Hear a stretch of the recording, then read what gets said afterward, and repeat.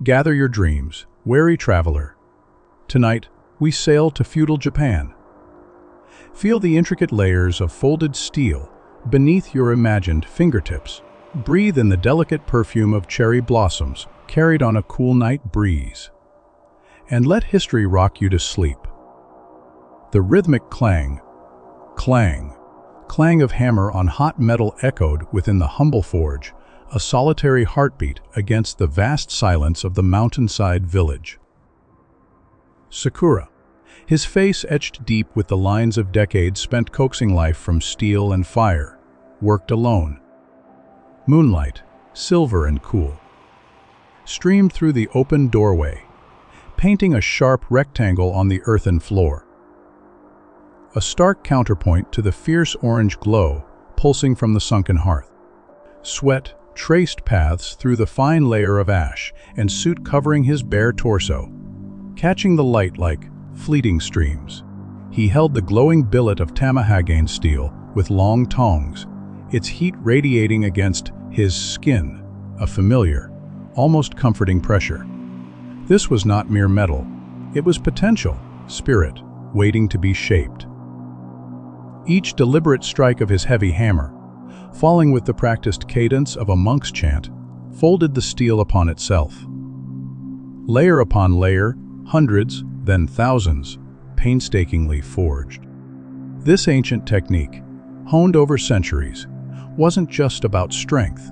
It was about purifying the soul of the blade, driving out impurities, aligning the grain. Historically, a master swordsmith like Sakura might fold the steel up to 15 times, creating tens of thousands of layers within the final billet, a testament to patience and skill that defined the katana's legendary resilience.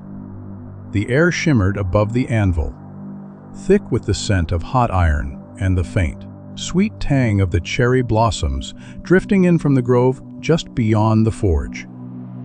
Their fragile petals, a fleeting symbol of the samurai spirit they would eventually adorn, seemed to watch Sakura's labor. His mind, usually focused solely on the steel's color, the hammer's fall, the feel of the metal yielding, drifted tonight. The commission was significant, a blade for the young lord of a neighboring province, a symbol of his coming of age, and the heavy mantle of duty settling upon his shoulders. Sakura felt the weight of that expectation in every swing. A katana was never just a weapon, it was the physical embodiment of a samurai's honor, his soul. To wield one was to carry one's lineage and destiny, a truth understood from the moment the swordsmith first raised his hammer to the raw steel. He recalled the stories his own master, long returned to the earth, had whispered over the forge fire tales of blades that sang in battle, that turned aside arrows, that held the kami within their polished faces. Would this blade, born under the watchful moon and the scent of blossoms, carry such a spirit? He quenched the folded billet in water, a violent hiss erupting, steam billowing like a ghost released, momentarily obscuring the moonlight. He lifted the cooled, dark form, still rough, still silent, but the shape was emerging, the gentle curve, the promise of balance. He ran a calloused thumb along its length, feeling the texture, the story of the folds hidden beneath the scale. The core of the blade, crafted from softer, more resilient steel, would be wrapped in this harder, meticulously folded outer layer, creating the katana's unique structure sharp enough to cut falling silk, yet resilient enough to withstand the shock of combat. The night deepened. The chorus of crickets swelled outside, a soothing counterpoint to the forge's earlier intensity. Sakura banked the coals, their glow dimming to a deep crimson eye. He placed the nascent blade, wrapped carefully in rice paper, onto a clean wooden stand. His body ached, a deep, satisfying weariness settling into his bones.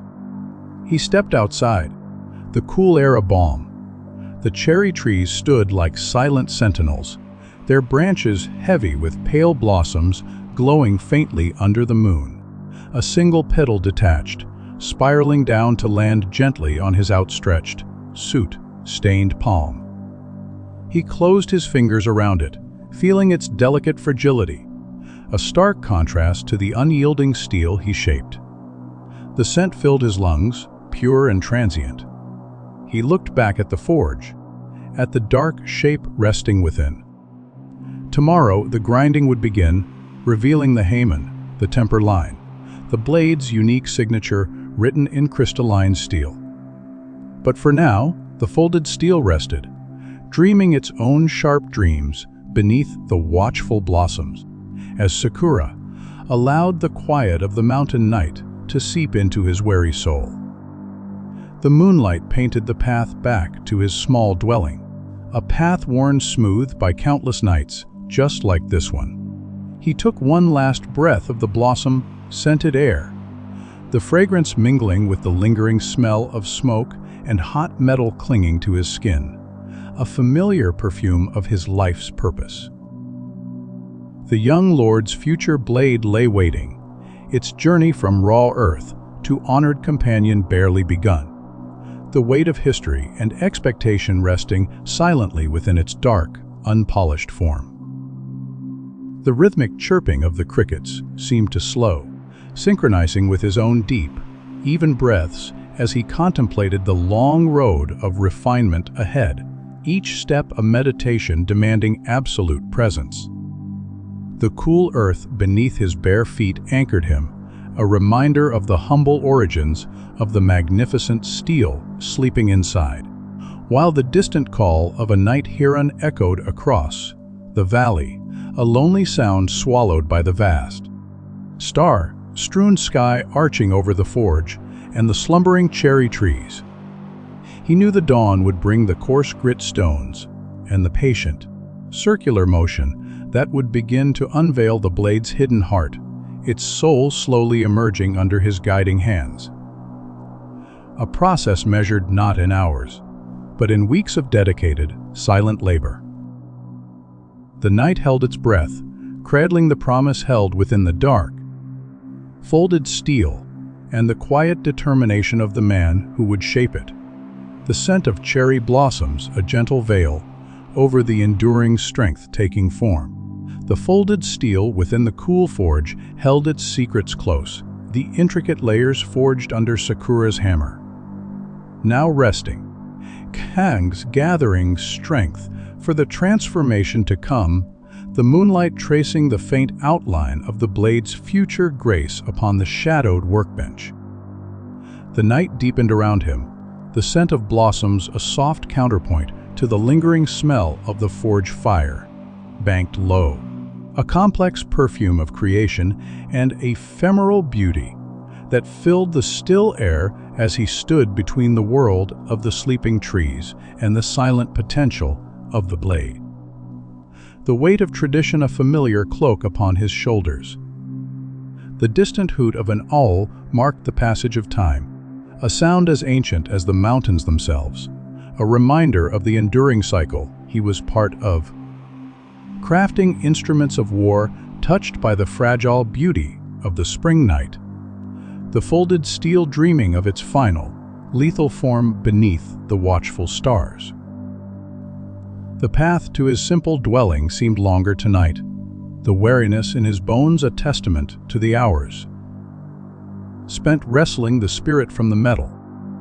Yet his mind was already drifting towards the next day's labor, the rhythmic scrape of the water stone against steel, already forming in his imagination a prelude to the blade's awakening.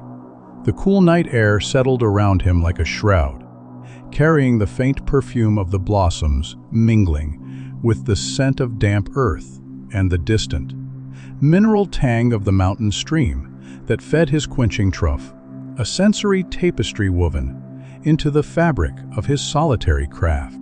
He turned his face towards the moon, a silent companion to his nightly vigil, its pale light reflecting in his tired eyes, before finally stepping onto the worn wooden step of his home, leaving the dreaming blade and the watchful cherry trees, to the quiet embrace of the feudal Japanese night, the rhythmic pulse of creation momentarily stilled.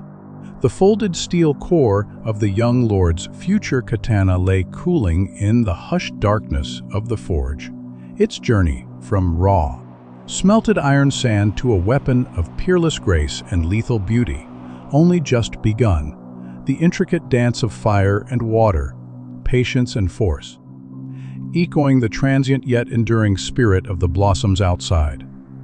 Sakura slid the paper.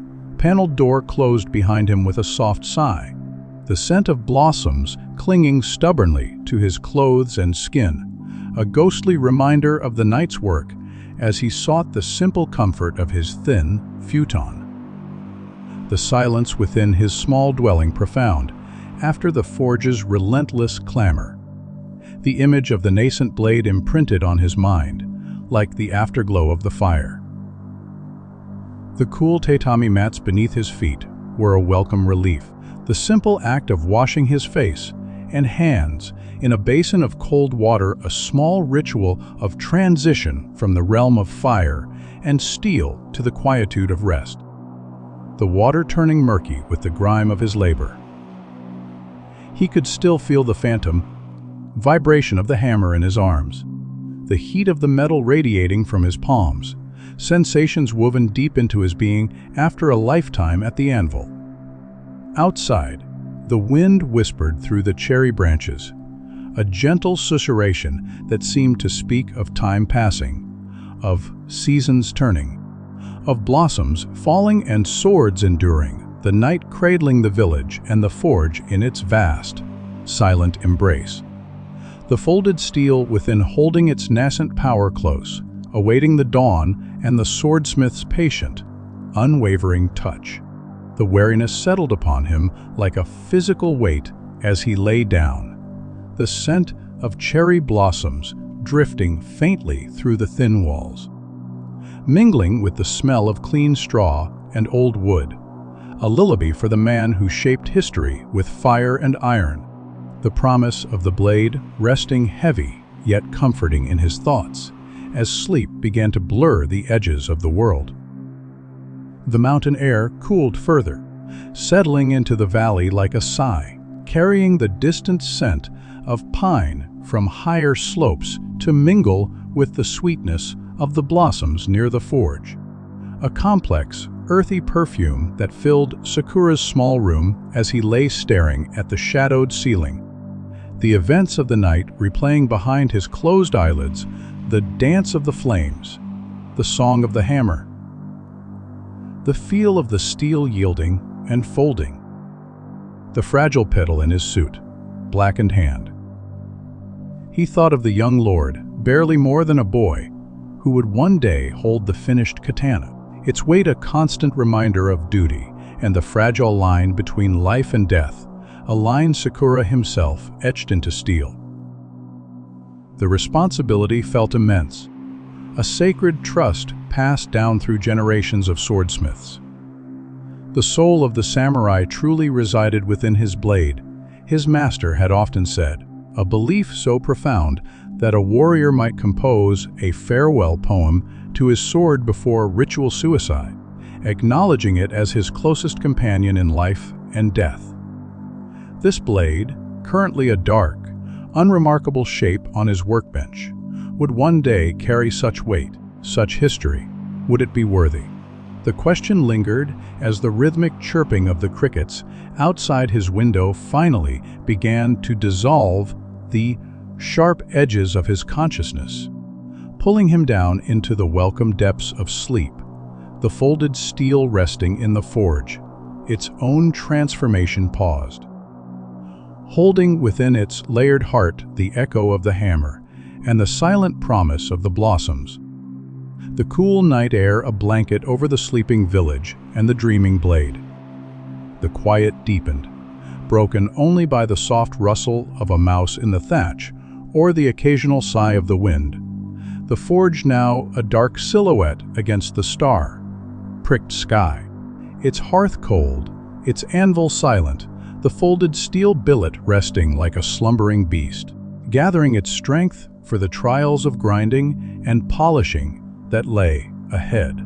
The intricate pattern of its countless layers, hidden, waiting to be revealed by the stones and Sakura's patient, unwavering dedication.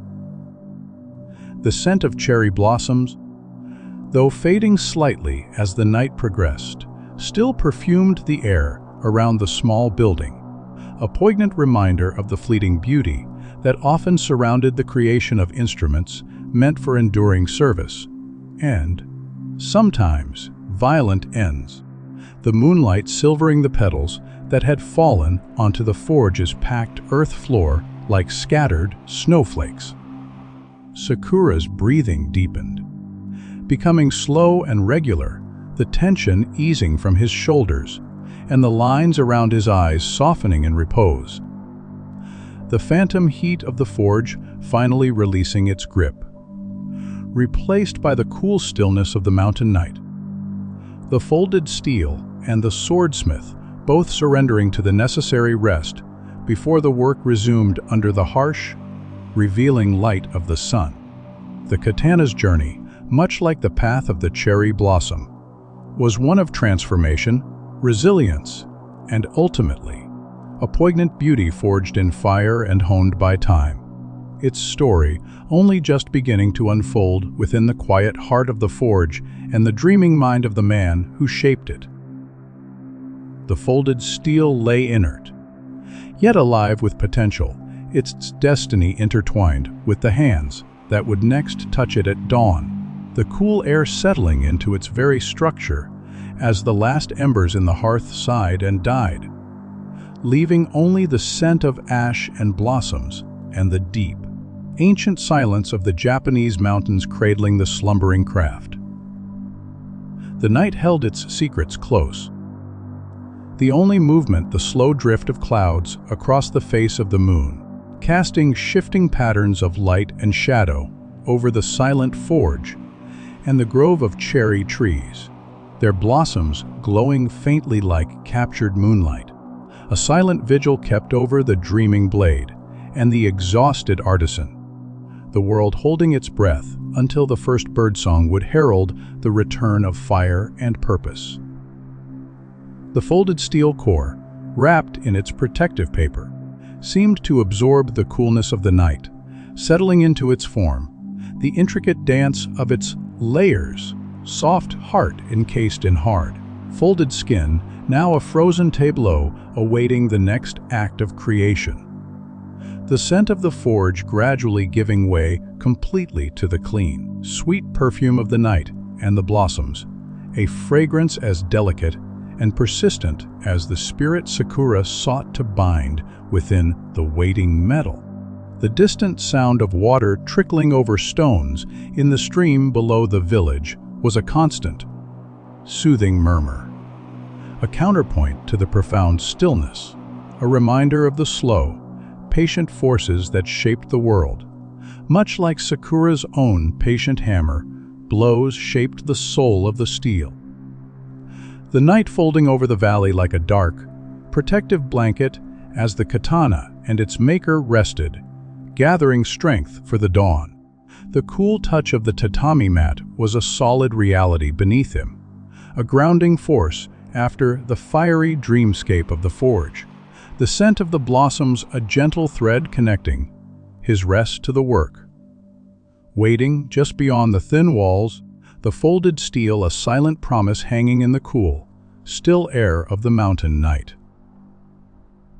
The weight of the commission, the young lord's future, the honor of his craft, these burdens, so heavy by the forge light, seemed to soften and blur at the edges as sleep deepened its hold, replaced by a simple, bone-deep weariness and the quiet hum of the night.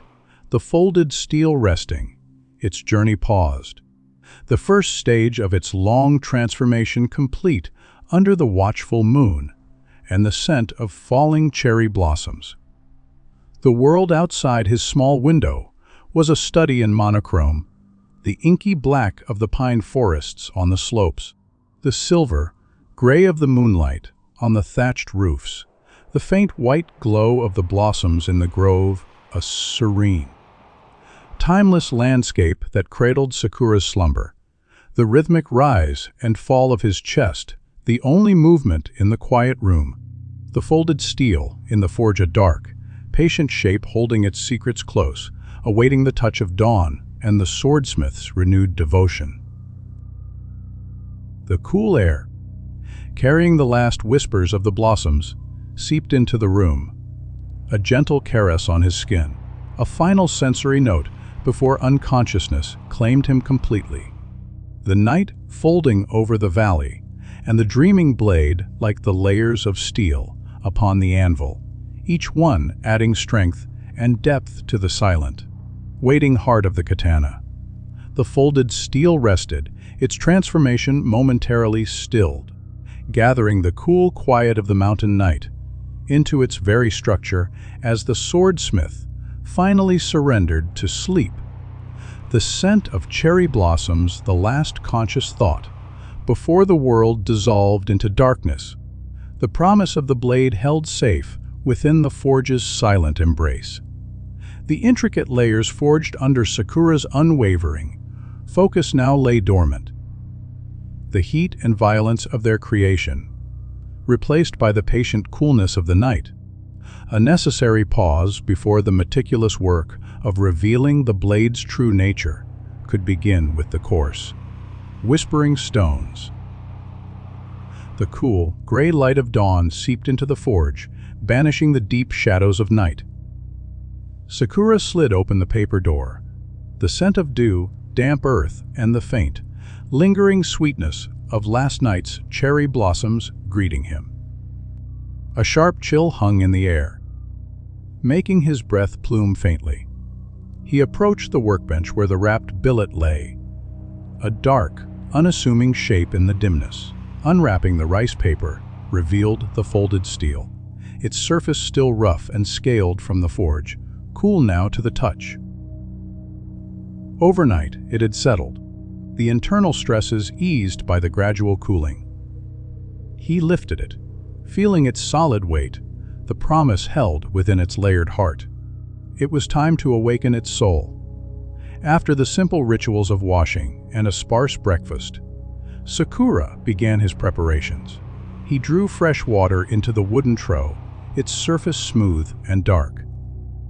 He laid out his stones coarse, rough nuggets like riverbed pebbles, progressing to finer, denser blocks, each meticulously labeled and stored. The polishing of a katana was an art in itself, often taking longer than the forging, requiring weeks of patient, lubricated grinding with increasingly fine stones to reveal the blade's true beauty and sharpness. He purified himself again, washing hands and face with deliberate care, a silent acknowledgement of the sacred nature of the work. Swordsmiths like Sakura observed strict rituals, believing purity of body and spirit was essential to imbue the blade with the correct intention, a harmony between creator, material, and the unseen forces. Securing the rough billet firmly in a wooden clamp, Sakura took up the coarsest stone. He dipped it into the water trough, the sound a soft splash in the quiet forge. Then the scraping began. A harsh, rhythmic rasp filled the space as he drew the stone along the blade's length, applying steady, even pressure. Water mixed with gritty slurry dripped steadily onto the packed earth floor. Layer by minuscule layer, the fire scale and roughness were stripped away. His arms moved in long, deliberate strokes, a slow dance of abrasion. The coarse stone revealed glimpses of the steel beneath, not yet bright, but showing the subtle undulations where the hammer had folded it countless times. The scent of wet stone and metal dust replaced the blossoms, a minerally tang sharp in his nostrils. His shoulders soon ached with the sustained effort, a deep burn settling into his muscles, a counterpoint to the cool water trickling over his fingers. The morning sun climbed higher, casting a beam of light across the workbench, illuminating the swirling clouds of gray slurry in the water trough, and the sweat beading on Sakura's furrowed brow. He paused only to dip the stone again, to adjust his grip, or to squint critically at the emerging surface under the strengthening light. Hours passed, measured only by the changing angle of the sunbeam and the gradual pile of gray sludge accumulating beneath the clamp. The coarsest stone gave way to a slightly finer one. The sound softened, became less of a rasp and more of a persistent hiss. The blade's surface began to smooth, losing its jagged peaks, revealing more of the intricate, swirling pattern hidden within the steel, the hada, the fingerprint of the folding process, like wood grain forged in metal. Sakura's focus was absolute. He felt the texture changing beneath the stone, the resistance lessening as the surface became more uniform. He watched the water wash away the mud, revealing glimpses of a dull, pewter, gray sheen. The visible grain pattern, unique to each blade created through the folding process, was highly prized by connoisseurs, often likened to flowing water, wood grain, or even constellations, each pattern a testament to the smith's technique and the steel's origin.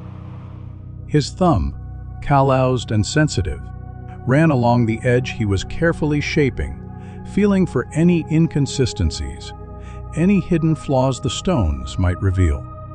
The cool water was a constant relief on his straining hands, the repetitive motion settling into a meditative rhythm that pushed all other thoughts aside. The young lord, the weight of expectation, the scent of blossoms, everything dissolved into the push and pull of the stone, the feel of the steel yielding under its touch, the sound of water and abrasion filling his world. The dust coated his arms, his simple work clothes, and settled in the lines of his face, turning his sweat into gritty streaks. The heat of the day began to build, warming the forge despite the open door. The coolness of dawn a distant memory, replaced by the warmth of exertion and the sun's climb. He switched stones again, the new one feeling smoother, denser in his hand. The hiss softened further. He dipped it, watching the water bead on its surface before making contact with the steel. This stone began to refine, to polish rather than simply strip. Flecks of brighter metal started to appear amidst the gray, hints of the blade's potential luminosity. He worked slowly, methodically, concentrating on maintaining the perfect angle, the perfect pressure, knowing that a moment's lapse could scratch the surface irreparably. His back protested the constant hunching, a deep ache settling into his spine, but he adjusted his stance minutely and continued, the rhythm unbroken. The slurry in the trove turned a lighter gray, almost silvery. He could see the curve of the blade more clearly now, the elegant line that would define its balance and cutting potential. The tang, the part that would eventually be wrapped in ray skin and silk cord to form the hilt, remained rough and unpolished, a practical anchor point for his clamp. As the afternoon light began to slant, turning golden, Sakura finally set aside the second stone. He carefully unwrapped the billet from the clamp and carried it to the doorway, holding it up to the waning sun. The surface was still far from finished, still dull, but the worst of the roughness was gone. The faintest hint of the hada was discernible, under the patina of fine scratches left by the stone, like mist over a hidden landscape. He turned it slowly, examining the profile, the evenness of the grind. It was a good start. He dipped a clean cloth in fresh water and gently wiped the surface, clearing away the last of the slurry. The cool water felt refreshing on the metal, and for a fleeting moment, under the direct sunlight, he thought he saw the faintest whisper of something else, a subtle, wavy line near the edge, barely perceptible, like heat haze on a distant road. The Haman, the temper line, The boundary between the hard cutting edge and the tougher spine, etched by the clay coating and the quenching process, was beginning to reveal itself. A quiet satisfaction, deep and wordless, warmed him, pushing back the fatigue in his arms. He wrapped the blade carefully once more in fresh rice paper. The arduous process of polishing had only just begun. Many days of increasingly fine stones lay ahead, but the soul of the steel, the history forged within its folds, was starting, slowly, silently, to emerge from the darkness under the patient caress of stone and water. The folded steel, now partially revealed, rested again, its surface whispering the first secrets of its making as the scent of wet stone lingered in the cooling air of the forge. The katana grows heavy in Sakura's thoughts, even as he rests his aching hands. Moonlight, softer now, spills once more through the forge door, silvering the water trough, the silent stones, the wrapped blade on its stand. He sees not just the steel, but the path ahead, weeks of whispering stones. Water swirling gray, then clear, revealing layer by painstaking layer the soul trapped within the folded metal. The Hatta's hidden rivers, the Haman's ghostly coastline, the final, lethal gleam, all waiting beneath the dull skin. He thinks of the young lord, the weight of lineage the blade must bear, the unspoken prayers for strength and mercy he, the swordsmith, must hammer and grind into its core. The scent of wet stone still clings to his skin, mixing with the night's cool breath and the enduring whisper of cherry blossoms from the grove, a fragile perfume against the enduring strength taking form. His body hums with fatigue, a deep resonance from hours of rhythmic pressure, of water and grit transforming potential into purpose. The forge feels hallowed in the quiet, a vessel holding the slow birth of something destined for both beauty and solemn duty. The folded steel rests, its journey far from over, yet profoundly shifted, no longer a secret held by fire and hammer alone, but a story beginning to be told by stone and water. Its first chapters etched in faint, promising lines under the patient moon. The mountain air cools the forge, carrying away the day's warmth and dust, leaving only the clean scent of night and the lingering memory of wet rock. Sakura knows tomorrow will bring the same deep ache in his shoulders, the same fierce concentration, the same communion with the emerging spirit of the steel. But for now, the quiet is vast, a palpable presence settling over the tools, the stones, the dreaming blade, and the man who bridges the worlds of earth and spirit, fire and water, transience and the enduring edge. The katana's presence is a silent gravity in the shadowed room, its unfinished form holding centuries of tradition, the hopes of a young lord, and the unwavering dedication of the hands that shape it. Sakura's own breathing slows, mirroring the stillness, the immense labor momentarily suspended, the only sound the distant, eternal murmur of the mountain stream, a lullaby for the Creator and His creation. The folded steel, partially unveiled, sleeps beneath its paper shroud, gathering the cool peace of the night, storing it within its intricate layers for the trials of refinement yet to come. The scent of cherry blossoms, faint but persistent, weaves through the cool air like a promise of renewal, a reminder of the fragile world outside the forge's single-minded purpose.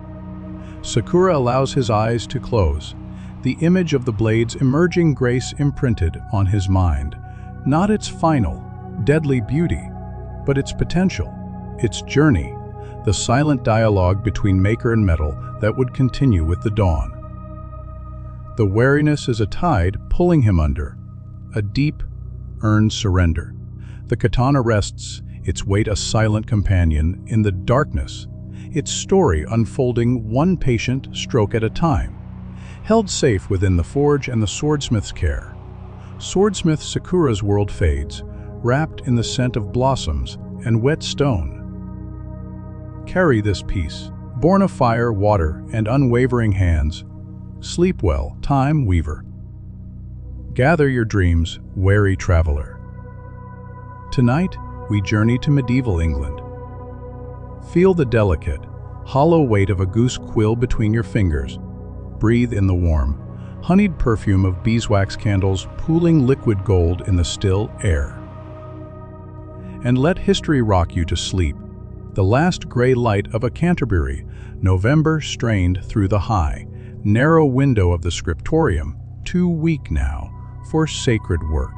Brother Elias lowered his magnifying lens, the polished bone frame cool against his temple. Before him, pinned by small lead weights, lay the vellum page, a creamy, velvety expanse scraped so thin it was almost translucent, yet possessing a subtle, resilient tooth. The scent of it, a faint, clean musk of animal skin, mingled with the dominant sweetness of beeswax and the sharper tang of oak, gall ink drying in the lines of text he'd just finished. Vellum, made from calfskin, was the prized surface for illuminated manuscripts, prepared through soaking, stretching, scraping, and polishing by skilled parchmenters. He dipped his sharpened goose quill into the inkhorn. The hollow shaft felt light, familiar, the nib catching momentarily on the ink's viscous surface before releasing. Scritch, scratch, scritch. The sound was intimate, rhythmic, a counterpoint to the soft snores of Brother Anselm 2 desks down, and the distant chanting of vespers drifting from the cathedral nave. He traced the final, graceful curve of a minuscule D, the ink flowing black and precise onto the receptive skin. Quills, typically from goose or swan wings, required constant sharpening with a penna coltellum els penknife to maintain their fine point for intricate lettering. His hand, though chilled by the stone-walled room's damp, remained steady. This page would hold the opening of St. John's Gospel. In principio erat verbum, the word itself demanded reverence in its form. Beside the inkhorn lay his true passion, waiting for the dawn's stronger light the pigments. Small, precious shells of ground malachite, green as deep forest moss, lapis lazuli, blue purer than a summer sky, painstakingly imported from the east, and rich red ochre. Illuminators used mineral and plant-based pigments bound with egg white, glared, or gum arabic, creating vibrant colors that defied the centuries. He touched the edge of the space left for the great initial. A blank kingdom awaiting its king. Tomorrow, he would build worlds within that letter, vines curling, saints praying, perhaps even a tiny jewel, like birds singing soundlessly on a tendril. A novice moved silently down the aisle, lighting more candles in their wrought iron stands. The scent of beeswax deepened, warm and comforting, pushing back the encroaching chill and the lingering smell of damp stone.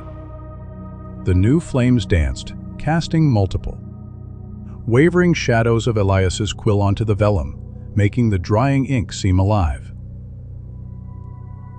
He cleaned the quill's nib meticulously on a scrap of wool, the ink staining the fibers a permanent black. The vellum page seemed to breathe in the candlelight, a silent, expectant thing. The scratch of the quill ceased. The beeswax scent wrapped around him like a cloak. The distant chant rose and fell, a river of devotion flowing past the scriptorium door. Elias flexed his chilled fingers, his gaze lingering on the blank space destined for glory. The goose quill rested lightly in his palm. The vellum held the faint scent of its making. The candle flames painted dancing halos on the stone walls. Tomorrow, the colors would sing. For now, the word slept on the pale skin, waiting for the sun, and the hand that would call forth light from darkness. The pre-dawn chill bit deeper than any winter wind. Brother Elias hunched over his sloping desk, breath pluming ghostly in the air, fingers stiff despite being wrapped in thin linen strips. The single beeswax candle guttered.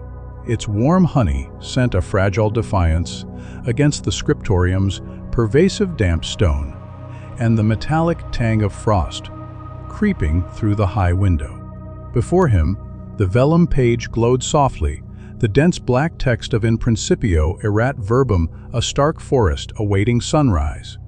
He dipped the finest of his goose quills, a primary feather, meticulously scraped and hardened, not into the oak, gall ink, but into a tiny shell of ground malachite suspended in glare, egg whiteate. The pigment clung thickly, a vibrant, almost luminous green. Holding his breath, Elias touched the quill's tip to the blank space reserved for the great initial I. Scritch, scritch. The sound was softer now, more deliberate than the text's sharp scratching.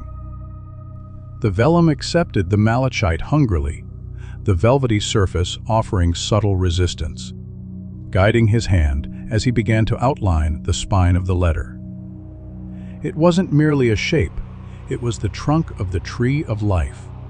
Illuminators often embedded theological symbolism within initials, the I representing Christ, the Word made flesh, hence its frequent depiction as a living tree or vine.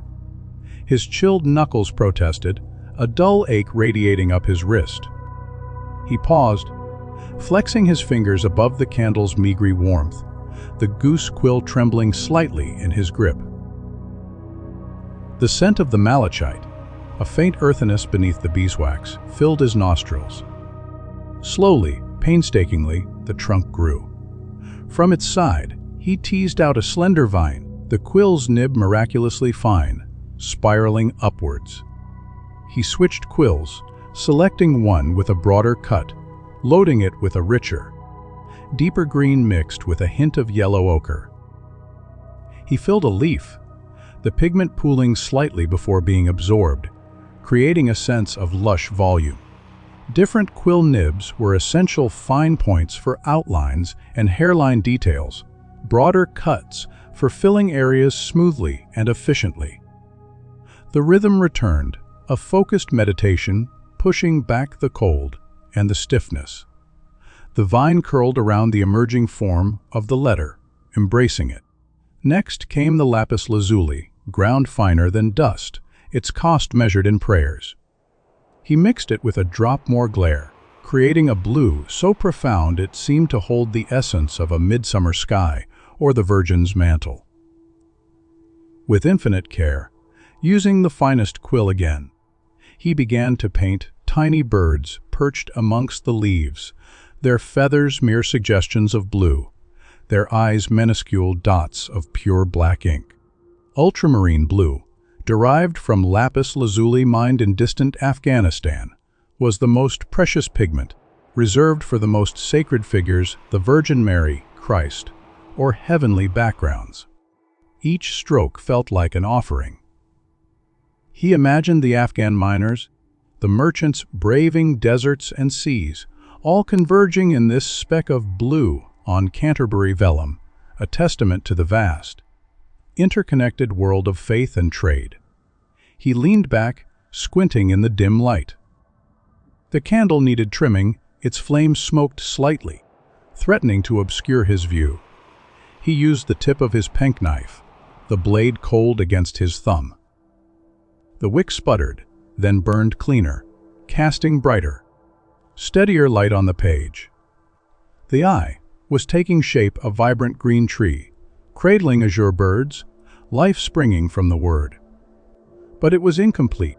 The core of the letter, the space within the trunk, remained the creamy white of the vellum. That was reserved for gold. True illumination. The application of gold leaf required steady hands, strong daylight, and a still atmosphere, no drafts to steel the fragile sheets. Dawn was approaching. He could hear the faint stirrings in the cloister below. Matins would soon call. He dipped a clean quill into the red ochre. At the very base of the initial, where the trunk met the baseline of the text, he painted a single, perfect berry, a drop of deep crimson clinging to a vine tendril. A promise of the blood, the sacrifice, the life contained within the word. Scritch. The sound was final for now. He cleaned the ochre, laden quill meticulously. The vellum page seemed to breathe before him, the greens and blues vibrant, the white space expectant, the single red berry a tiny, potent jewel. The scent of beeswax was thick now, mingling with the mineral tang of the pigments and the ancient smell of the vellum itself. Outside, the first true gray light of dawn began to dilute the blackness beyond the window. The distant bells of Canterbury Cathedral began their slow, sonorous call to matins, their deep vibrations resonating through the stone floor. Brother Elias flexed his aching fingers, his breath still visible. The goose quill lay still. The gold would come with the sun. For now, the word held life, color, and the silent. Sacred space where divine light would soon dwell.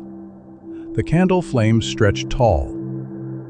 The chill gnawed at his bones. The vellum drank the faint moisture from the air, ready. The weak November sun finally breached the high window, spilling a pale, watery rectangle across Brother Elias's desk. It was time. The gold waited. He unrolled a scrap of soft leather, revealing squares of gold leaf thinner than a dragonfly's wing, nestled between layers of treated paper. A single breath could scatter them into unrecoverable fragments. The scent of beeswax deepened as he lit an additional candle, needing steady, strong light. Beside the gold lay a small dish holding a milky liquid, glare mixed with a trace of garlic juice, the adhesive. Garlic juice was a traditional binder for gold leaf, its viscous properties helping the delicate metal adhere to the prepared surface. Another dish held the burnisher, a dog's tooth, worn smooth and lustrous from generations of use, set into a small wooden handle. Its cool, hard surface felt like polished stone. First, the ground. Using the finest squirrel hair brush, Elias carefully painted the glare, garlic mixture onto the reserved space within the great eye. The pungent, acrid smell of raw garlic momentarily cut through the honeyed beeswax and the mineral scent of the pigments. He worked meticulously, ensuring an even coat, the white liquid stark against the vibrant greens and blues of the border. A smooth, slightly sticky base, gesso or mordant, was essential for gold leaf to adhere properly and achieve its full reflective brilliance. He set it aside to become tacky, the weight filled with the rhythmic scratch of Brother Anselm resuming his text work nearby, and the distant, melodic chant of Prime echoing through the cloisters. His hands trembled slightly, despite the linen bindings and the room's chill. Not from cold, but from reverence and the sheer, terrifying fragility of the task. He recalled his aged master, Brother Clement, whispering from the pages of the Ars Illuminandi manuscript. The gold is not mere adornment, Elias. It is the light of the world made manifest upon the page. Handle it as you would handle the host. Illuminators viewed the application of gold as a sacred act, paralleling the divine infusion of light into the word. He took a slow, steadying breath, inhaling the beeswax, the garlic, the faint musk of the vellum. With tweezers fashioned from the smallest bird bone, Elias lifted a single square of gold leaf, still nestled on its paper backing. The light caught it, making it flare momentarily like captured fire. His heart hammered against his ribs. Holding his breath entirely now, he gently lowered the gold, paper, side up, onto the tacky glare. Using a soft, clean brush made of rabbit's foot fur, he lightly tamped the paper, transferring the gold onto the sticky surface beneath. The paper lifted away, leaving behind a shimmering, slightly wrinkled square of pure light nestled within the green tree trunk. A sigh escaped him, misting the cold air. One square down. The gold was imperfectly seated, its edges slightly ragged. This was expected. The burnisher would make it whole. He repeated the agonizing process, square by gossamer square, overlapping them slightly, building the field of divine radiance within the letter. The pungent garlic scent faded as the adhesive set, leaving only the beeswax, the ancient vellum, and the faint, metallic whisper of the gold itself. Each transfer felt like a minor miracle, a fragment of heaven laid upon the skin of a calf. Finally, the entire reserved space glimmered, a rough, brilliant patchwork waiting for transformation. He picked up the dog's tooth burnisher. Its smooth, cool weight was comforting. He breathed deeply, steadying himself. This was the moment of revelation. Pressing the burnisher firmly, but with infinite control, he began to rub the gold in small, tight circles. Burnishing compressed the gold leaf, smoothed wrinkles, and brought forth its full, mirror-like brilliance by bonding it perfectly to the adhesive layer. A soft, whispering hush, hush, hush filled his immediate world, louder than the chants or the scratching quills. Slowly, magically, the rough field dissolved. The separate squares vanished. Wrinkles smoothed into utter flatness. The gold ceased to be a layer on the vellum and became light emanating from it. It deepened from a bright yellow shimmer to a profound, liquid radiance, reflecting the candle flames like miniature suns trapped within the initial. The green vines and azure birds surrounding it seemed to lean towards this inner light, bathed in its warm glow. Elias worked tirelessly, his chilled fingers warmed by the friction, his entire being focused on the point of contact between tooth and gold.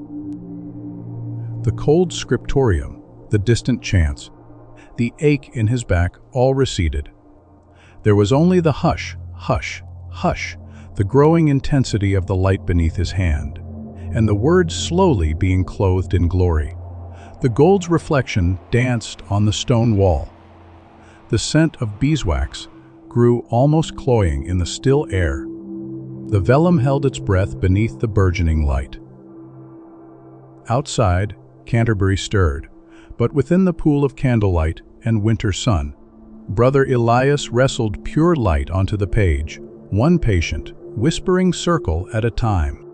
The dog's tooth moved in patient, unwavering circles. Hush, hush, hush. The rough patchwork of gold leaf vanished beneath its smooth, insistent pressure, transforming into a single, seamless sea of liquid light. Elias's world narrowed to the point of contact. The cool, hard tooth, the yielding warmth of the gold, the resilient surface of the vellum beneath. The chill of the scriptorium receded, replaced by a heat blooming in his cramped fingers from the friction. Sweat beaded on his brow, despite the November cold stinging his eyes. He blinked it away, refusing to break rhythm. The gold deepened. It wasn't merely bright anymore, it became luminous. It swallowed the candle flames whole, holding them captive within the initial. Then radiating the light back outwards, warmer and more profound. It gilded the edges of the vibrant green vine leaves, made the tiny lapis lazuli birds seem to hover in a celestial sky. Burnishing didn't just smooth. It compacted the gold molecules, creating a denser surface that reflected light more intensely, achieving the ethereal glow prized in medieval illumination. The scent of beeswax thickened, almost cloying now, mingling with the faint, clean animal musk of the vellum and the ghost of garlic from the mordant. Brother Anselm paused in his copying, drawn by the quiet intensity and the growing radiance. He leaned over, his shadow momentarily dimming the page. The light of the world shines bright on your desk this morning, brother. He murmured, his voice hushed with awe. Elias didn't look up. A final, lingering wrinkle near the base of the letter surrendered beneath the burnisher's relentless orbit. "It is not my light, brother," he breathed, his voice tight with concentration. "It is the word calling forth its own. Hush, hush, hush." The dog's tooth glided over the last imperfection. The field within the eye was now a perfect, mirror, bright plane. It seemed less a surface and more a window into a realm of pure, captured sunlight. He finally lifted the burnisher. His hand trembled violently now, the muscles protesting the sustained, precise effort. He flexed his fingers, wincing. The vellum page pulsed with inner life. The black text of In Principio Erat Verbum stood in stark, humble contrast to the blazing initial it described. The green vine curled protectively around the radiance. The blue birds gazed inwards. The single red ochre berry at the base glowed like an ember in the reflected gold. But it wasn't finished. The gold was divine light, but it needed definition. Life to connect it to the earthly page.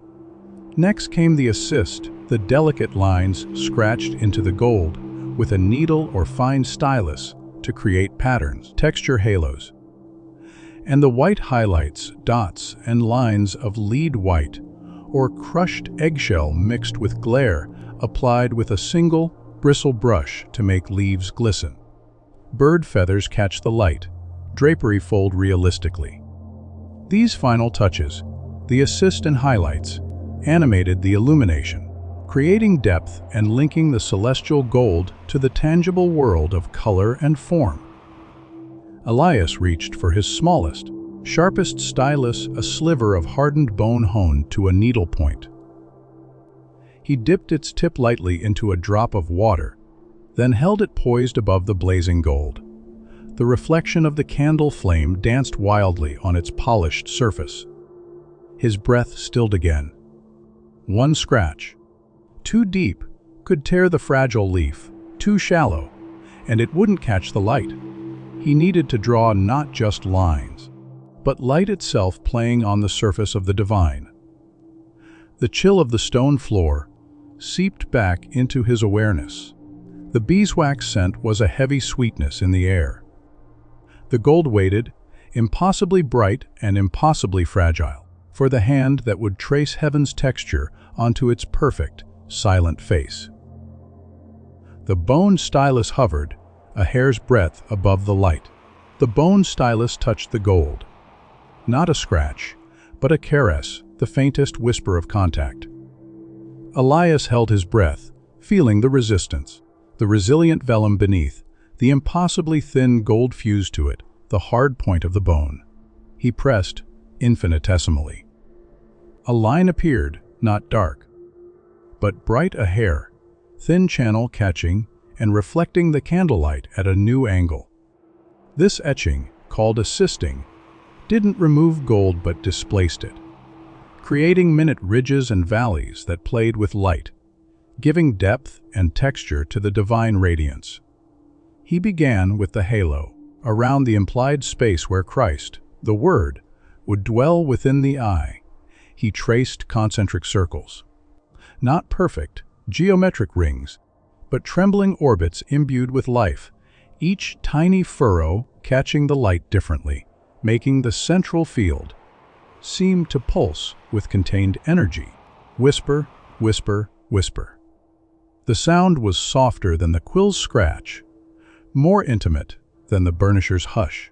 It was the sound of light being given voice. Next, he turned to the vine embracing the letter. With the stylus, he traced a delicate spiral along a thick green stem, suggesting the roughness of bark where it touched the gold. On a leaf near the top, he etched a network of veins, so fine they seemed to shimmer when the page moved. Illuminators used these etched lines to suggest volume, texture, and the play of light on organic forms, making the flat page vibrate with implied life. He paused, his cramped hand trembling. One slip, one moment of fatigue pressing too hard, and the fragile gold could tear, ruining hours of sacred labor. He flexed his fingers above the candle, the beeswax scent now thick and almost suffocating in the focused stillness. Sister Agatha, the infirmarian, appeared silently at his elbow, holding a small clay cup.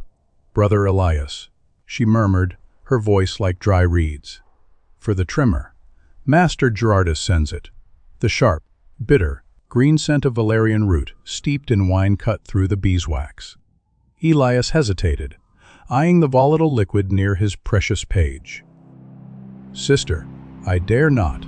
A sip only. Steady the vessel, not cloud the mind," she insisted, her old eyes knowing. The light deserves a steady hand. He took the smallest sip. The taste was intensely bitter, followed by the warmth of cheap wine. Almost immediately, a subtle calm, a loosening of the tight knot of tension in his hand and shoulder, spread through him. He nodded his thanks, handing the cup back. The bitterness lingered on his tongue, a grounding counterpoint to the honeyed air. Refreshed, he returned to the gold. Now for the birds. The tiny lapis lazuli forms, perched on the vine, needed life. With the stylus, he etched individual feathers onto their azure breasts, not outlines, but delicate lines suggesting the curve and overlap of each plume. On the head of one, he scratched a minute eye ring, making it seem alert, watching the radiance within the eye. He etched highlights along the curve of a wing, making it catch an imagined sunbeam. These subtle etchings transformed static blobs of color into creatures poised for flight, their presence a testament to creation springing from the word. Finally, he turned to the core itself, the field of burnished gold. Too perfect, too uniform, it risked looking flat, inert. With the utmost delicacy, he began etching a minute, geometric pattern of interlocking circles, a cosmic knot, a symbol of eternity, into the lower right quadrant. It wasn't meant to be seen clearly from a distance, but to catch the light at certain angles, to suggest an infinite, ordered depth within the divine light. Whisper, whisper, whisper. He leaned back. The gold was no longer just a flat plane. It lived. It had texture, depth, points of brilliance, and subtle shadow created by the interplay of etched lines and reflected candlelight. The vine embraced it with tangible roughness.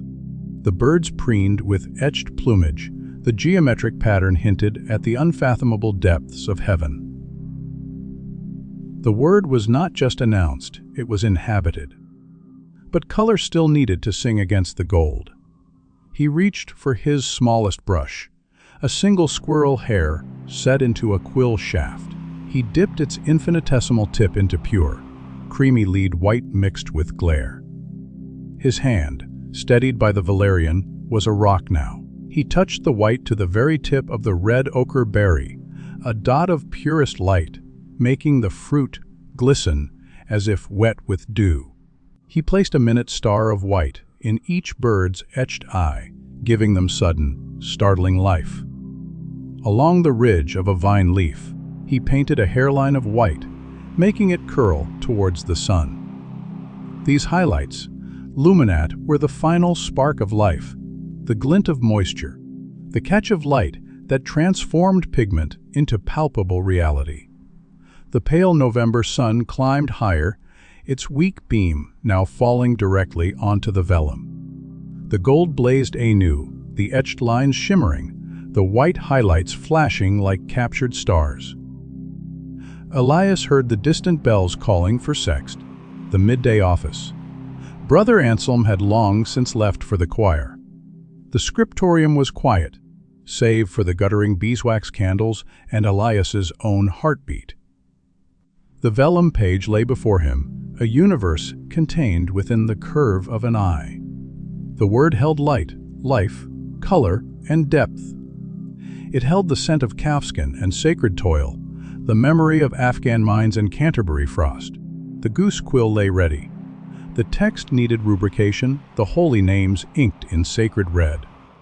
But for now, Brother Elias simply sat, his eyes tracing the path from the deep green vine, past the watchful azure birds, over the etched eternity of gold, to the single, dew-kissed crimson berry, a journey from creation, through revelation, to the promise held within the illuminated word.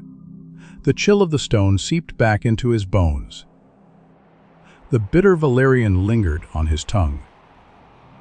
The beeswax smoke curled towards the vaulted ceiling. The page was not finished, but the light dwelt within it, waiting for the next reverent touch. The rescued vermilion blot, transformed into a wild rose kissed with gold and watched by a curious snail, seemed to breathe on the page. Brother Elias flexed his fingers, the lingering tremor from the near, disaster soothed by valerian and resolve. The candlelight, gilded by the burnished eye, pooled like liquid amber over in principio erat verbum. Only the border remained a frame of celestial gardens and watchful saints to encircle the sacred text and its radiant heart. He selected a fresh quill, a crow's primary feather hardened and scraped to a resilient point. Dipping it into malachite green suspended in glare, he began at the lower left margin. Scritch, scratch, scritch. The sound was firmer now, more assured. A sinuous acanthus stem unfurled from the corner, its tightly curled leaves painted with layers of green, deep viridian shadows, bright emerald highlights touched with yellow ochre. Acanthus motifs, inspired by Mediterranean plants, were ubiquitous in medieval borders, symbolizing enduring life and resurrection, mirroring the eternal word. From its heart bloomed a stylized lily, its petals pure lead white tinged with the faintest blue at the edges, suggesting heaven's cool light. Moving clockwise, he painted St. John himself within a rounded arch of lapis lazuli. The apostle sat not enthroned, but humbly writing, his reed pen poised over a tiny scroll. His robe was humble brown ochre, but his halo blazed with the same burnished gold as the great eye. Etched with concentric circles, linking him to the divine word, he recorded. Illuminators often depicted evangelists within architectural frames, canopies in borders, visually connecting the sacred author to the text. Elias used a single, hairbrush to dot pure white into John's eyes, giving him a gaze of focused revelation, fixed not on the page, but on the unseen vision before him. Opposite John, a tiny dragon, scales rendered in iridescent green and blue, curled amidst thistles. Not fearsome, but almost whimsical, its tail entwined with the acanthus, a duro lyri, a playful counterpoint to the sacred, reminding viewers of the world's wildness held at bay by faith and scripture. These whimsical or grotesque marginal figures, babewins, offered commentary, humor, or reminders of earthly temptations alongside the divine text. Finally, Elias returned to the vermilion rose and its snail. With the faintest touch of ultramarine, he painted a dewdrop clinging to one gold-touched petal. Beside the snail's slow trail, he inked a single, perfect blade of grass, bent under an invisible weight. It was finished. The bells of Compline began their deep, resonant call, echoing through the cathedral stones, seeping into the scriptorium's chill silence. Elias lowered his tools. The vellum page lay complete. The word blazed in gold and black. Saints and wild things shared its margins. A redeemed blot bloomed. The candle, its wax pooled low, guttered, sending long, dancing shadows across the masterpiece.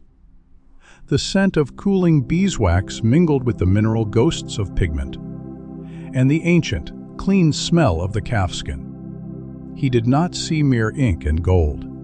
He saw the Afghan mountains in the lapis, the Tuscan hills in the ochre, the patient calf in the vellum, the divine spark in the etched gold, the fall redeemed in the crimson rose, and the quiet, watchful faith in John's white, dotted eyes. It was a cosmos on calfskin, held between oak boards soon to be bound. The light dwelt here, not just depicted, but made manifest through bone, feather, mineral, and human hand guided by centuries of whispered prayer. The goose quill lay still. The dog's tooth burnisher cooled on the stone. The final candle flame bowed low, its light now a faint echo against the enduring radiance captured on the vellum. Brother Elias traced the curve of the wild rose one last time, his Valerian, steadied hand finally at rest. The Word slept, clothed in gold and guarded by saints, snails, and the quiet certainty of Canterbury stone. The illuminated page held its breath, ready for the eyes of centuries. The vellum dreams unfold. Carry this light held in skin and faith. Sleep well, time weaver.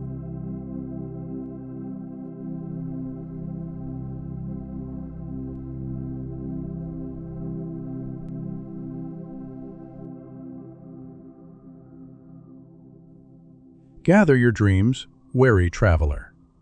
Tonight, we journey to Al-Andalus. Feel the cool, intricate ridges of plaster arabesque beneath your fingertips.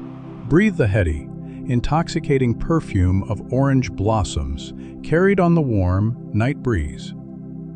And let history rock you to sleep. Yusuf ibn Zahir ran a calloused thumb along the drying edge of the zellige tile. The sharp, geometric lines of the eight-pointed star, traced in thick, inky curta seca paste, stood proud against the still, damp, creamy, white clay body. Moonlight, silver and generous, streamed through the open arch of his workshop in the artisan's quarter, spilling onto the courtyard where the scent of orange blossoms hung thick and sweet. These intricate ceramic tiles, fired and glazed, would soon adorn the walls of the Alhambra, their geometric perfection echoing the celestial order sought by astronomers like Yusuf.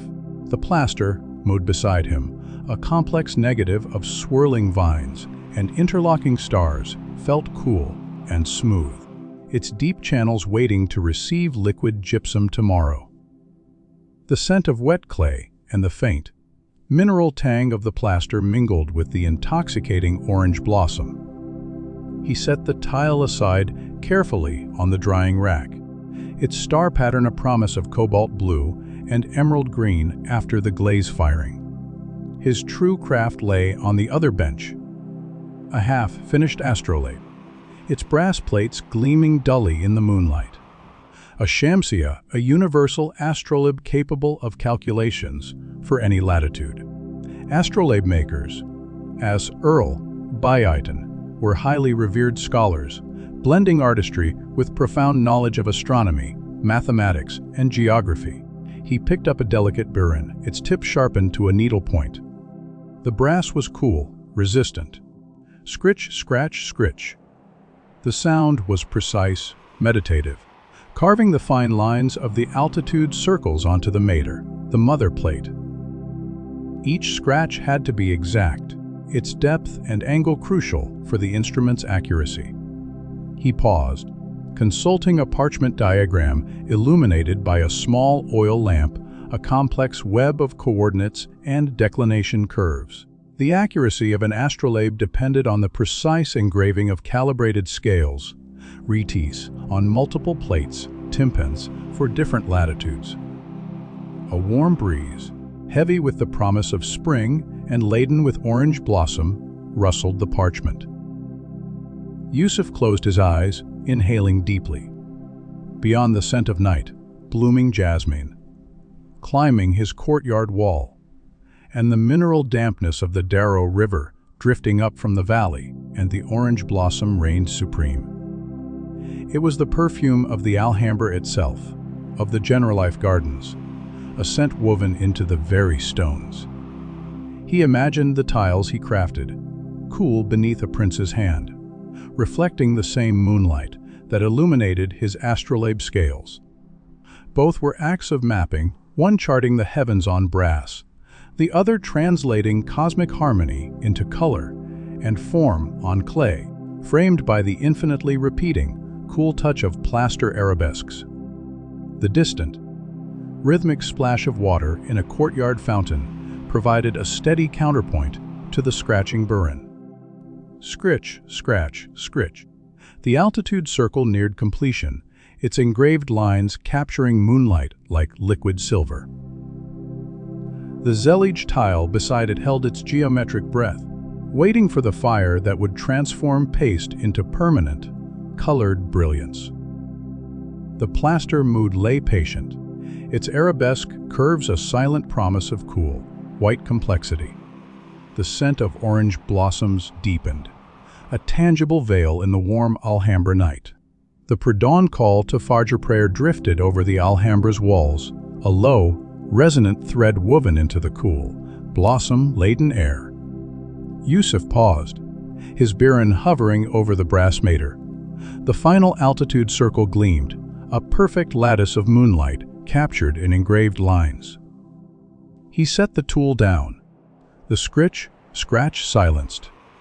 Rising stiffly, he moved to the courtyard basin, the water shockingly cold on his face and hands, washing away the metallic scent of brass dust and the oil from the lamp. The scent of damp earth and orange blossom intensified. He turned to the drying Zelig tiles. The Kurta Seka paste outlining the 8 pointed stars had set hard and dark. Using a fine squirrel hair brush, he began filling the first geometric segment with a thick cobalt blue glaze. The color was startlingly vibrant, like a shard of midnight sky poured onto the creamy clay. Cobalt oxide, imported from Persia, produced the intense blues prized in Nasrid ceramics. Its stability at high temperatures crucial for maintaining brilliance. The brush moved with confident precision, the glaze pooling slightly against the raised, inky barriers.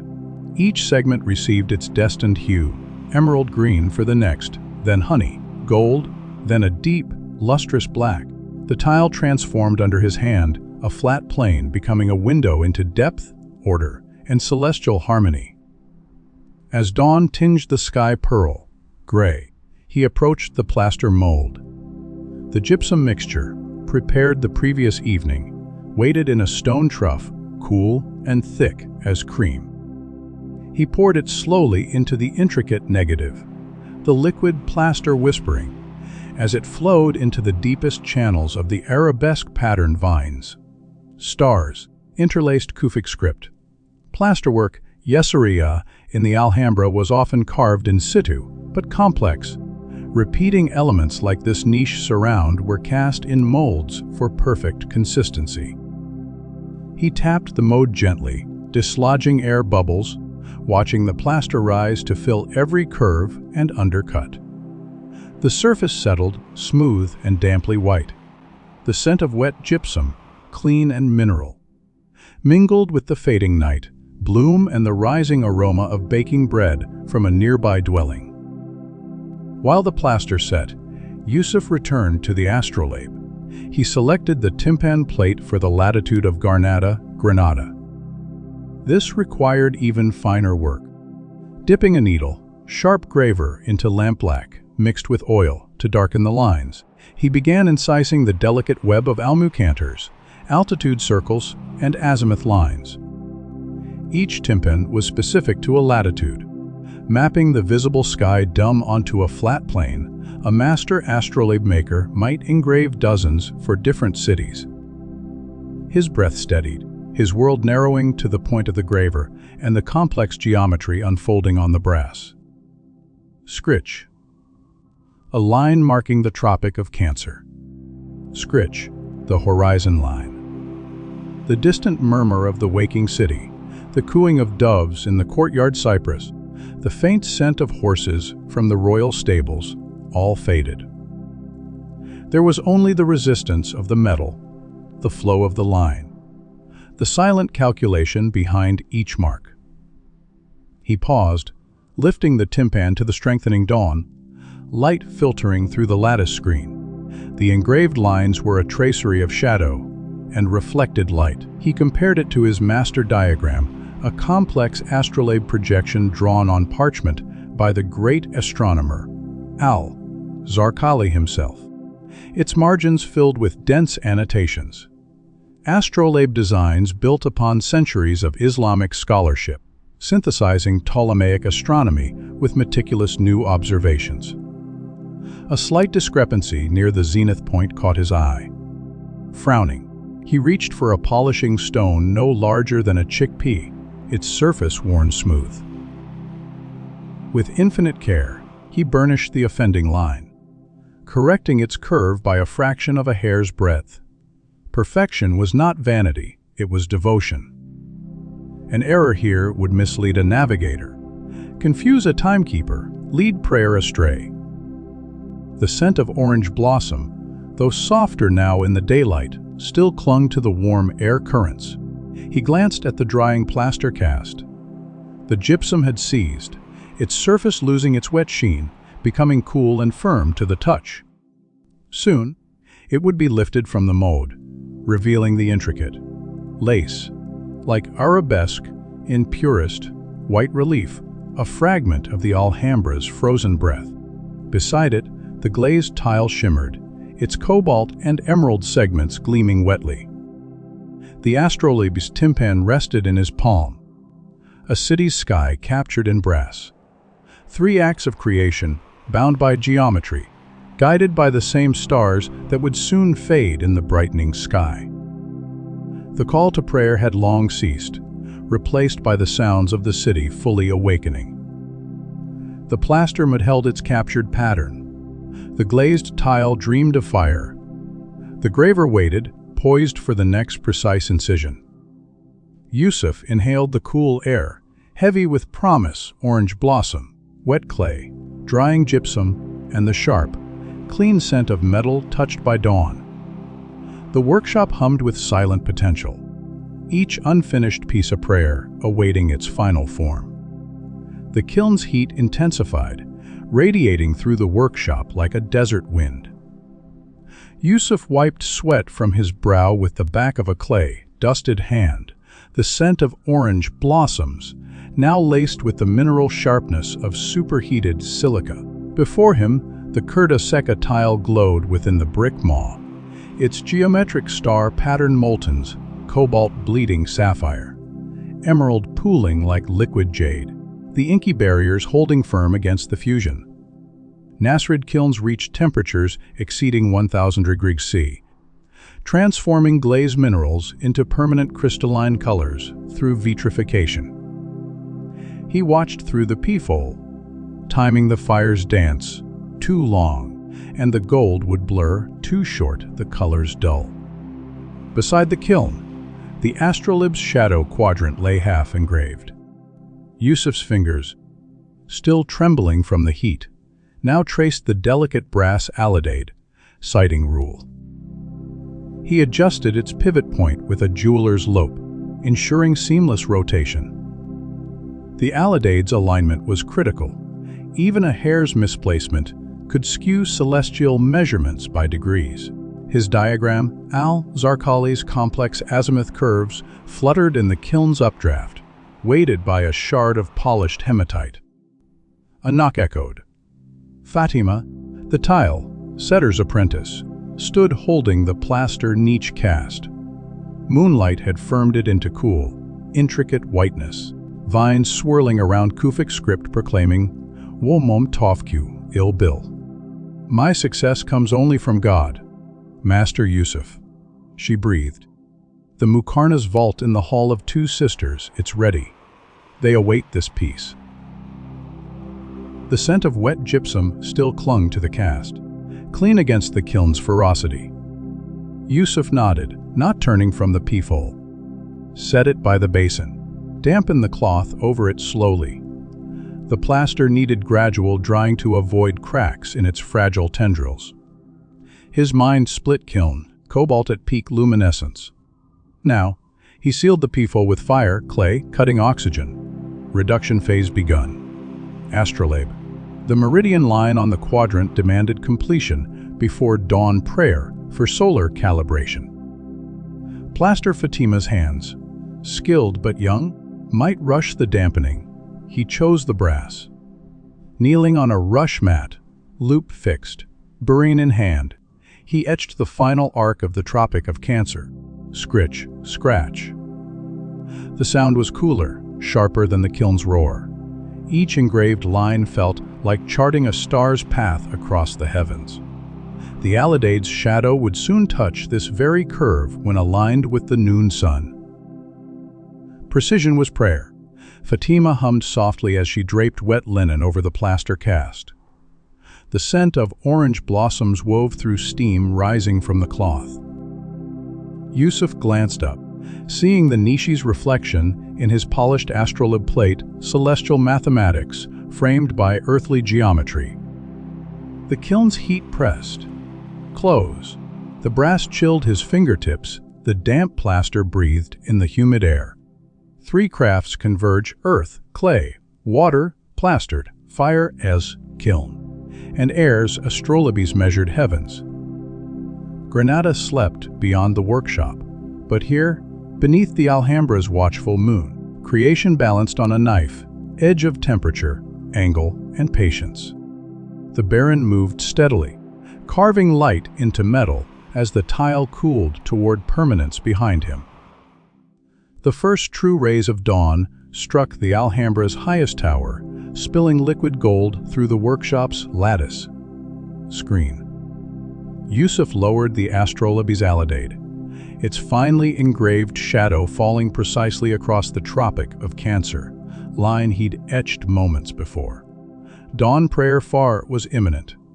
The brass felt cool, charged with purpose. Accurate solar alignment at dawn or dusk was essential for setting an astrolabe's calendar scale, Ellis calendared, and verifying latitude markings. He murmured the calculation, Qibla direction, confirmed for Granada, as the muezzin's call began its ascent from the city below. A sharp crack echoed behind him. Fatima stood frozen, a shard of plaster in her hand. The intricate tip of a vine tendril on the niche cast lay broken on the stone floor. The damp linen cloth had slipped, exposing one delicate edge too soon. The scent of wet gypsum soared with sudden failure. Plaster muqarnas elements were incredibly fragile before final curing.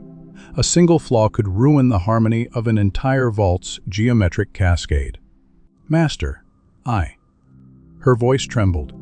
Yusuf crossed the room in 3 strides, not to chastise but to assess.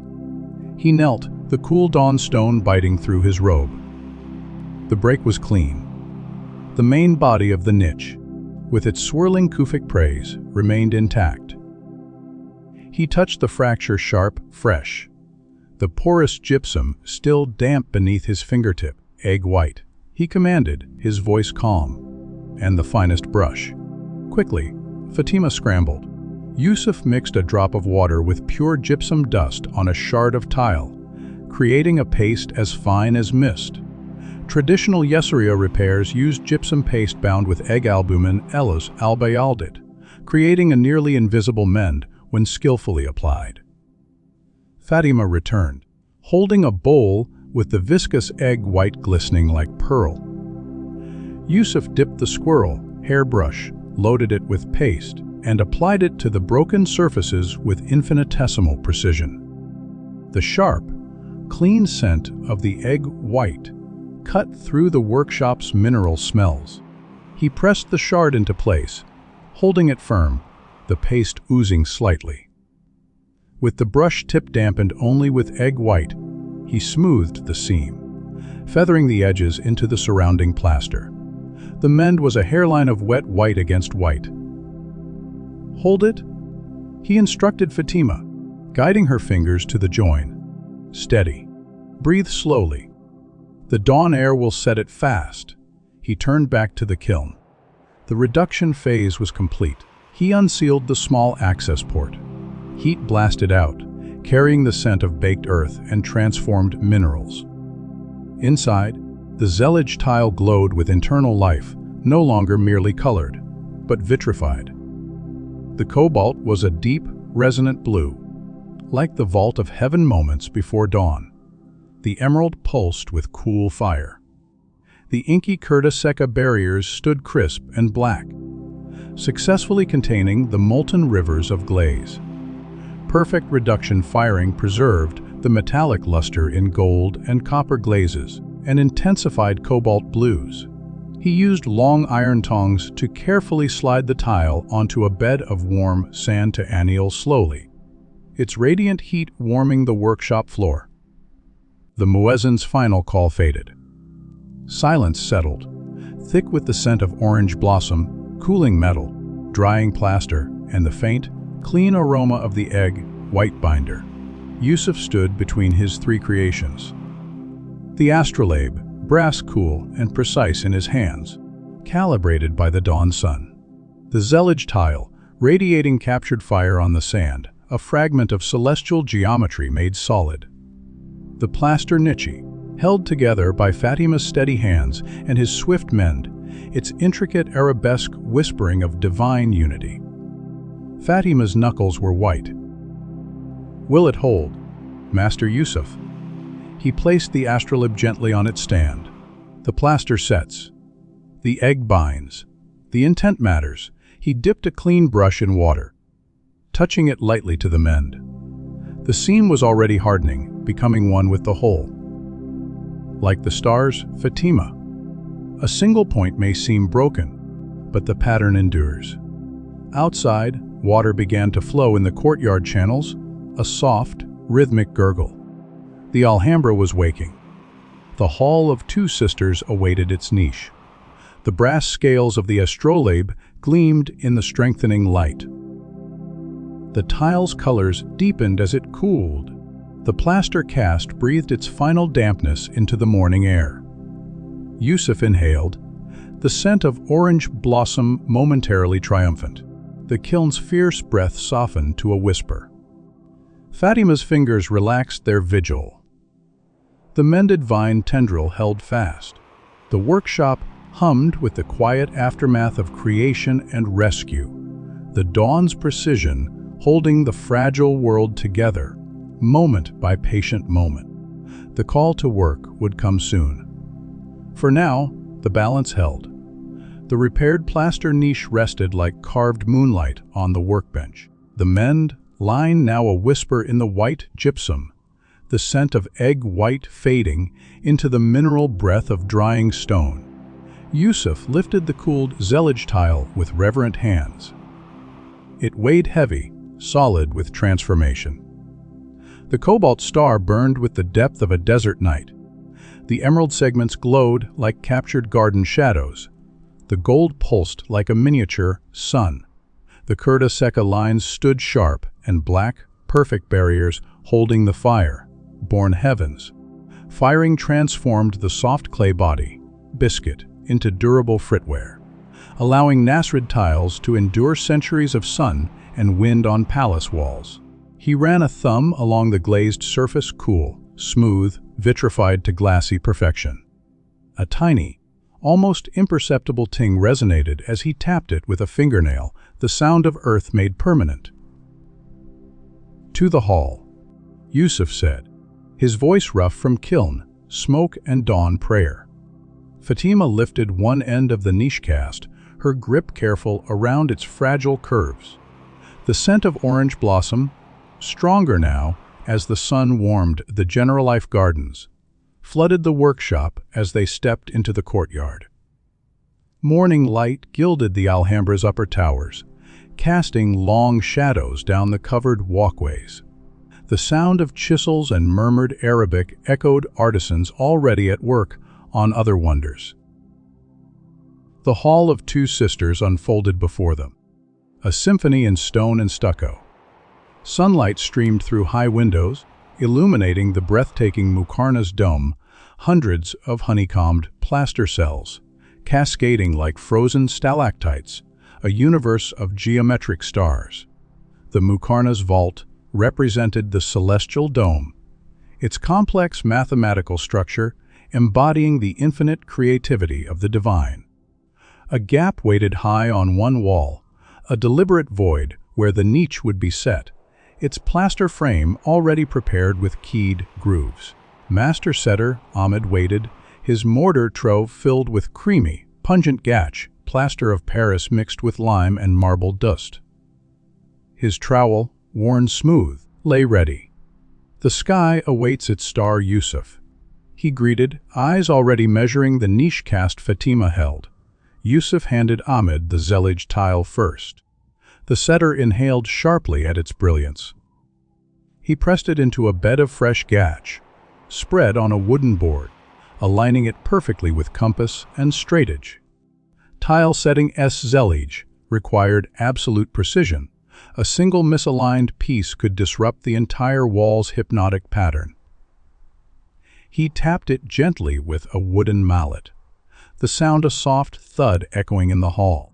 The tile settled, its vibrant geometry a sudden jewel against the board's plain wood. Next, the niche. Ahmed applied thick gatch to the wall's recess and the back of the plaster cast. Yusuf and Fatima lifted it together, the cool weight of the gypsum pressing against their palms. The intricate vines and Kufic script, Malman Tofq, Il Bil, faced them. They guided it towards the void. The scent of wet gatch, sharp and alkaline, mixed with orange blossom. Yusuf's eyes flickered to the mend, invisible now. The cast slid home with a soft, final shah of settling plaster.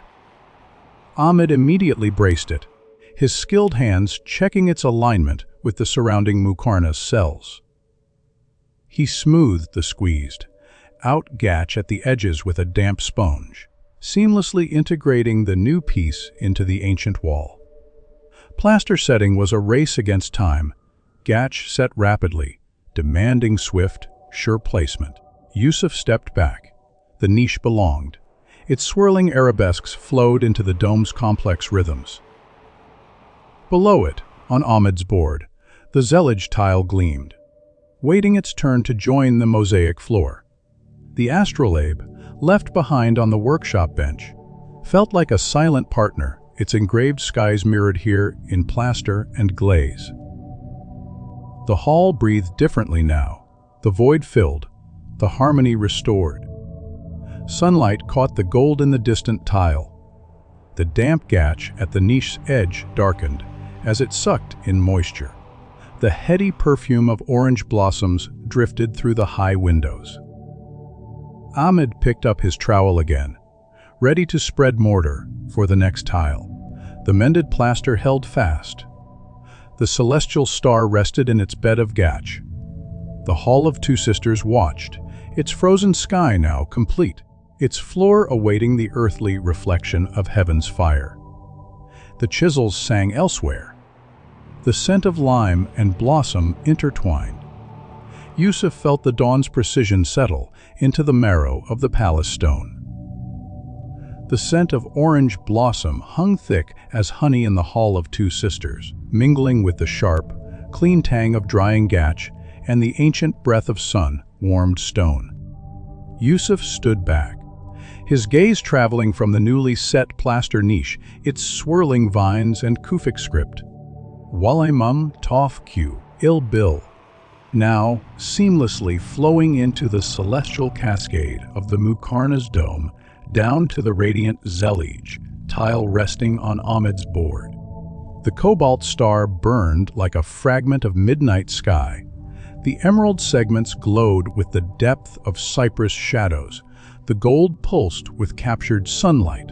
It was ready to join the earth-bound reflection of heaven on the floor below. A young servant in Nasrid livery approached, bowing slightly. Master Yusuf, the Imam requests the astrolabe for the Zohr prayer to verify the Qibla before the new moon's sighting tonight. Yusuf nodded, the summons pulling him back to the workshop. He cast one last look at the niche. The mend line was invisible, the broken tendril restored, its whiteness pure against the intricate shadows of the vault. Plaster repairs bound with egg albumin albayaldate could achieve near perfect integration, healing the flaw without scaring the harmony. Fatima met his eyes, a silent understanding passing between them, the rescued vine held fast.